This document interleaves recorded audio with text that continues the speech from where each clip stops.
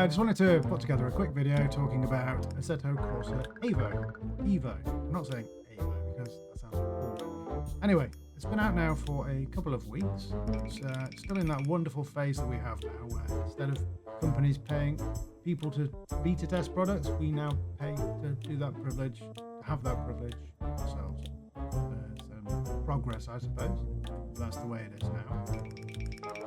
I just want to talk predominantly about the actual driving feel of the game. The performance at the moment is somewhat erratic in my case. Sometimes it works okay, other times you get this metronomic stutter.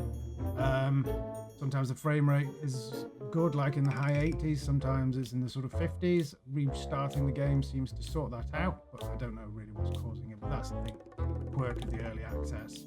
The AI is just abysmal, so I'm not even going to bother with those. But the actual driving feel, you can get a good idea of whether there's some promise there or not. Now, before I go any further, I know what you're probably thinking. Why should we listen to you, old man? You've got silly hair and a slightly wonky eye. Well, yes, that may be so.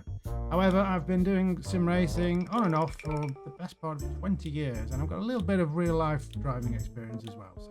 So I'm not an expert, I'm not the fastest by any means, but I do know a little bit about this stuff, so I just thought I'd put together a little video of my opinions, and then you can take it or leave it, totally up to you.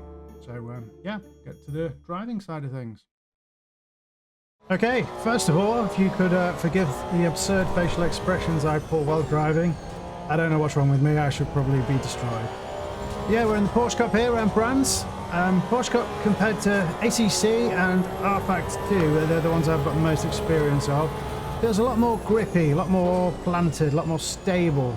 At first that could be perceived as being a bit too grippy, but when you think about it logically, these cars are driven by people in real life who don't necessarily have the most skills in the world, but they do have a lot of money. So they have huge, thick, slick tyres at the back. So there's an awful lot of, plus the engine is at the back, of course. There's an awful lot of traction there. So there will be a lot of grip. It's difficult to overcome that grip. Whereas in ACC, touch the throttle in second at 60 miles an hour and zoom, the wheels just spin up. Whereas this feels a lot more, I would say, believable, a lot more natural to drive. It's difficult to get to the limit, but all the information coming from the game allows you to drive with a level of confidence that I've not really experienced in other games. Everything straight away feels really, really natural and intuitive to drive. And fun. Really, really good fun. The force feedback is a little bit kind of treacly and heavy, but all the information that you need to drive, at least for me, I think, is there.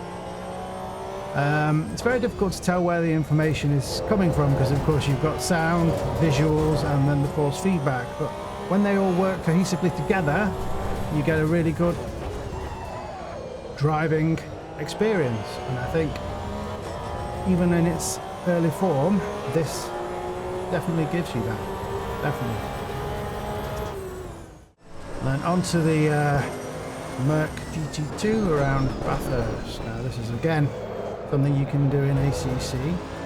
If you go directly from this back to ACC, one of the first things that you notice is how springy the force feedback in ACC feels compared to this. This is sort of like a hybrid child of the original Assetto Corsa and Assetto Corsa Competition. It kind of like takes the best elements of each, in my opinion, combines them into this new sort of hybrid feeling. But this really feels like you're driving an enormous, heavy lug of a thing, which just isn't conveyed in the same way in ACC. The force feedback's extremely heavy in this car. You probably have to turn it down a little bit, but again, the feeling of driving it is natural and intuitive, and just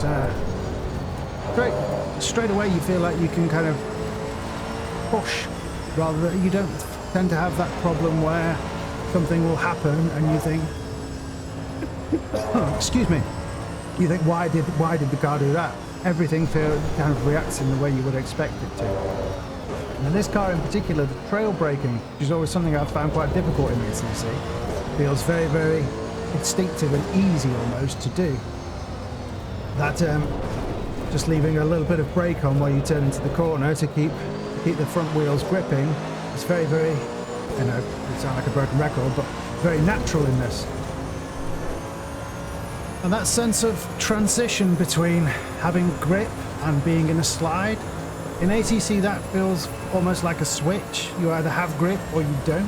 Whereas in this, there is a far larger grey area where I suppose the slip angle is something you can kind of exploit and play with, and that gives you the confidence to drive in a way that's just enjoyable, as opposed to ACC feels incredibly precise, like it's like a join the dots type of driving, whereas this, you drive off the feel rather than remembering exactly where you need to position the car.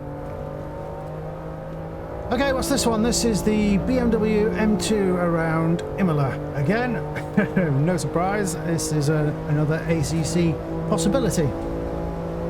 Now this is one of my favourite cars in the game so far. I think that the force feedback in this is possibly the best of all of them. It just feels, again, really, really natural, instinctive, pleasant and fun to drive. Straight from the off. You can turn the traction control right off on this. Generally speaking, it's still pretty stable, but on occasions, particularly out of the slower corners, there is enough power to just unsettle the back a little bit, so you can have a little bit of a playful slide. Here, for example, didn't quite do it there, but it can happen. But yes, again, it just feels really, really good. Whatever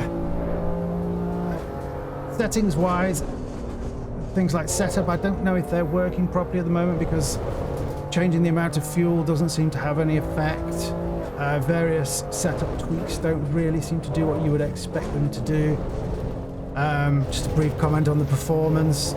I have triple screens, but triple screen mode at the moment doesn't work with DLSS or FSR. So I've just got it running on all three screens, but the actual triple screen mode isn't activated because I need DLSS to get a half decent frame rate. I'm on a 3080 and I've got most stuff at low. And generally it's okay, it's not great, it's terrible with other cars on the track. But thankfully they're useless, so we don't need to worry about that at the moment. But yeah, there's plenty of improvement there, I think, in the future, hopefully. But like I say, the driving is some of the best I've ever experienced. I don't have a great deal of experience in iRacing, but I have tried it on several occasions. And for me, this picks it in pretty much every way. Right, last one, because I'm sure you're all getting rather bored. This is the little Hyundai. So it's a front-wheel drive road car on road tyres at the moment. So this is something that more people will be able to relate to because most people have driven some form of hot hatch and quite a few people have done a track day from time to time. Now, the nice thing about this, I find anyway, is that a lot of games with a front-wheel drive car give you this kind of exaggerated torque steer effect where as soon as you touch the throttle, you will get this enormous jolt through the wheel and it will just understeer ridiculously. Even if you're going at kind of 50, 60 miles an hour in a Clio Cup, for example. Whereas this, again, feels kind of natural because it doesn't do that. It does understeer, it will wash wide if you push it too much, but you can accelerate in third gear without bags of understeer taking over. Now, I've never driven this particular car in real life, but I have driven several hot hatches over the years, and this feels like a hot hatch, but with a lot of grip, which is what it is compared with the ones I've driven. Things like 1980s Golf GTIs and stuff had very little grip, whereas this has got good tyres, good traction, lots of electronic aids which you can switch off. And in the case of this one, it's got a manual box, which again, I find a lot more enjoyable to drive than the paddles. But yeah, it's really... just every car in the game so far has just left a bit of a smile on my face. I know you wouldn't think it looking at me now, but they are all very, very good so far. So yeah, from the things I've tried, these are the cars I've driven the most, but everything has been, so far to me, a very pleasant surprise.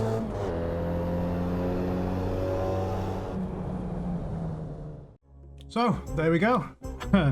Just a few of my impressions of the game so far in this early form. Should you buy it at this stage? Well, The sensible thing to do would be to not buy it and wait until it's properly released so that you get a proper first impression of a finished product. The problem is we're all little boys inside and we don't want to wait. We want everything now. So if you were to buy it now, then I would say that you are in for a driving treat, but a little bit of frustration because there's an awful lot of stuff that needs fixing, updating, tweaking. But the core gameplay is very, very good. At least I think so. So thank you for watching. I hope in some way this has been of some use to somebody. But if not, never mind. But thank you very much, and I shall see you soon. Goodbye.